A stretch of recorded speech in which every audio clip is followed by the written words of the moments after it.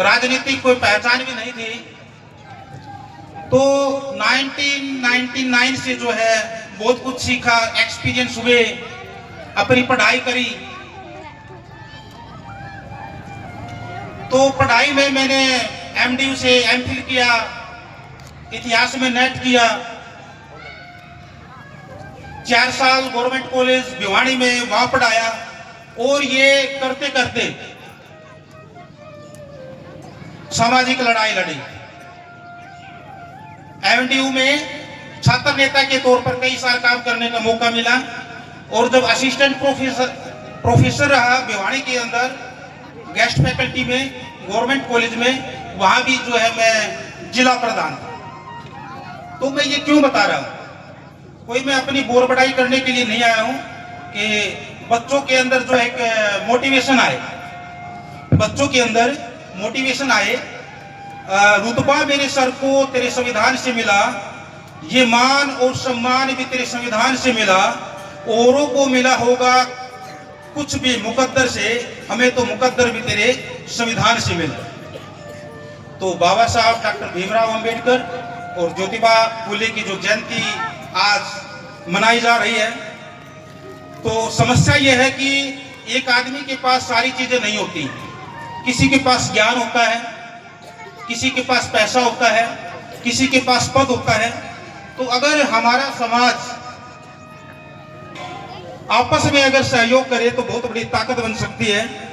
हमें आपस में सहयोग करना चाहिए। समाज को बहुत धोखे मिले हैं, समाज को बहुत धोखे मिले हैं।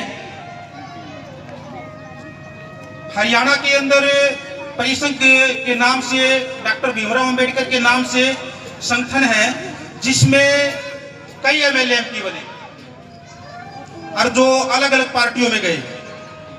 महात्मा ज्योतिबा फुले ने आंदोलन किया तो डॉक्टर अंबेडकर पैदा हुआ। हमारे समाज को आंदोलन की जरूरत है, आंदोलन से ही नेता बनते हैं। और हमें केवल एमएलए एमपी या कोई छोटे मोटे पद या उससे ज्यादा भला होने वाला नहीं है। हमारा भला जो है वो व्यवस्था परिवर्तन से होगा। व्यवस्था परिवर्तन में हमारा किसी व्यक्ति से विरोध नहीं है, किसी धर्म से विरोध नहीं है। हमारा जो विरोध है वो गलत चीज से है। आज डॉक्टर अंबेडकर के बारे में ज्यादा बताने की जरूरत नहीं है। 200 से ऊपर देशों में जो है अंबेडकर जयंती मनाई जा रही है। और रही बात जय भीम की, जय भीम कोई कास्ट को लेकर के नहीं है, जय भीम कोई आरक्षण वाले नहीं है। जय भीम समानता में विश्वास करने वाले लोग हैं जो समाज को, देश को ऊपर उठाना चाहते हैं। तो मैं बता रहा था, महात्मा ज्योतिबा फुले ने आंदोलन किया, काशीराम ने आंदोलन किया, तो मायावती पैदा हुई, बामसेफ बहन जी से निकली, और जयप्रकाश नारायण ने आंदोलन किया।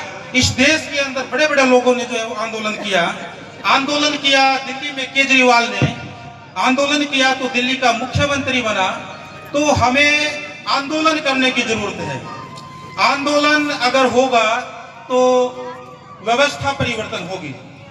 अभी मैं सुन रहा था कि जय जय भीम के गाने और बच्चे कितना मोटिवेट हैं, तो आगे जाकर के ये बहुत बड़ी चीज बनने वाले हैं। क्योंकि शुरुआत में अगर किसी को ज्ञान मिल जाता है, ज्ञान या शिक्षा शेरनी का वो दूध है जो पिएगा वो दहाड़ेगा। शिक्षा शेरनी का वो दूध है जो पिएगा वो दहाड़ेगा। अगर हमें वर्तमान हालात का ज्ञान हो जाए, राजनीति में क्या चल रहा है, समाज में क्या चल रहा है, हम कौन हैं, हमारा अगर इतिहास हमें पता चल जाए तो हम ज्ञानवान बन जाएंगे। ज्ञानवान एक व्यक्ति कई लाख आदमियों के बराबर है। तो व्यवस्था बदली है तो वो थोड़े से लोगों ने बदली है, बाकी तो भीड़ होती है। अगर ज्ञानवान अगर आप बनते हैं, सब काशीराम ने 2-3 किताबें ही पढ़ी थी और ये कह दिया था कि मैं घर नहीं जाऊंगा, शादी नहीं करूंगा, और साहब काशीराम 2-3 किताबें पढ़ करके ही जाग गया। काफी एग्जाम्पल है अगर हम इन एग्जाम्पल को बताने लग जाएंगे तो काफी टाइम लग जाएगा। तो बाबा साहब डॉक्टर भीमराव अंबेडकर में ऐसी क्या चीज थे, बाबा साहब डॉक्टर भीमराव अंबेडकर में ऐसी क्या चीज थी, हर पार्टी आज उनका नाम ले रही है। वैसे मेरी उम्र ज्यादा बड़ी नहीं है, लेकिन जो छोटा मोटा एक्सपीरियंस है मैं आपको बता रहा हूँ। 1999 में जब हम जय भीम बोलते थे, नमो बुद्धाय बोलते थे, तो लोग हंसी करते थे, उनको पता ही नहीं था कि ये क्या बीमारी आ गई। लेकिन जैसे जैसे धीरे धीरे परिवर्तन हुआ तो आज अंबेडकर जयंती भी 200 से ऊपर देशों में जो है मनाई जा रही है। तो अंबेडकरवाद जो है वो एक आग है। अगर आप घर में फोटो लगाओगे हमारे महापुरुषों का, और वो किसी जाति से नहीं, अंबेडकर या कोई भी महापुरुष, हमें सबको मानना चाहिए। सबकी एक ही बात है, चाहे हम हिंदी के मुंशी प्रेमचंद की बात करें या जो भी विद्वान लोग हुए हैं, सबने ये कहा कि दबे कुचले लोगों का अगर भला है तो समाज का विस्तार है, समाज का भला है। अगर महिलाओं की जो है भागीदारी कितनी है, हर वर्ग के बारे में अगर हम सोचेंगे तो देश का भला होगा। अगर कुछ जाति विशेष या कुछ संकुचित जो दृष्टिकोण वाले लोग ही राज तुम्हारे पर करते रहेंगे, थोड़ा सा शॉर्ट करता हूं, कोई बात नहीं, हमें पद नहीं चाहिए, हमें पावर चाहिए। पद लेने से नहीं कुछ होगा। जब तक हमारे समाज के लोग कैबिनेट मिनिस्टर नहीं बनेंगे और मुख्यमंत्री नहीं बनेंगे तो समाज का भला होने वाला नहीं है। हमारी मांग क्या होनी चाहिए?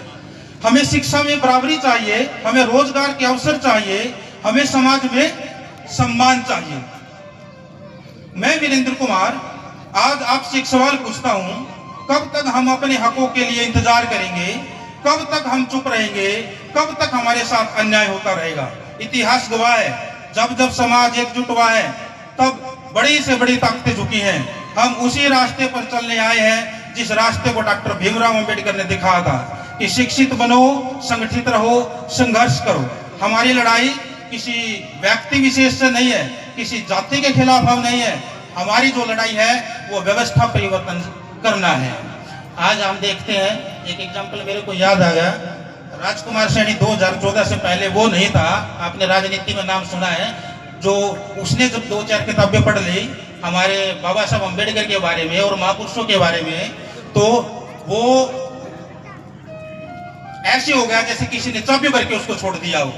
आज वो पाखंडवाद, अंधविश्वास के विरोध में है, आज वो एक व्यवस्था परिवर्तन के मूड में है। बहुत सारे नेता हैं, ऐसे कोई एक दो नहीं है। तो राजनीति में सुधार के प्रमुख उपाय, शिक्षा में हमें जागरूकता को बढ़ाना है, स्वच्छ छवि वाले नेताओं का चुनाव करना है।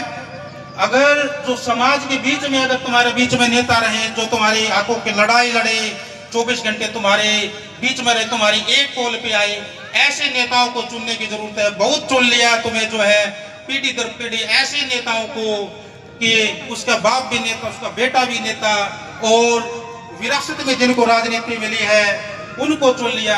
अब जो समय आ गया, ऐसे लोगों को चुनो जो तुम्हारे बीच में रहे, तुम्हारी लड़ाई लड़े, तुम्हारी शिक्षा की बात करे, और जिस दल के अंदर आंतरिक लोकतंत्र है, वो एक पहचान है कि भाई वो दल कैसा है, जनता की भागीदारी उस दल के अंदर हो। सबसे ज्यादा भला वही पार्टी कर सकती है जो जनता के प्रति जवाबदेह हो, जो ईमानदारी से काम करे। वैसे टाइम कम हमारे पास, बहुत सारी बातें बताने के लिए, क्योंकि ज्ञान ऐसी चीज है जो कभी खत्म होने वाला नहीं है। फिर भी मेरे को जब भी याद किया जाएगा, कहीं भी याद किया जाएगा, समाज के चाहे हरियाणा के किसी भी कोने में, मैं आपका भाई वीरेंद्र कुमार जो है आगे खड़ा मिलूंगा और आपके साथ कंधे से कंधा मिला करके जो है मैं काम करूंगा। धन्यवाद। जय भीम।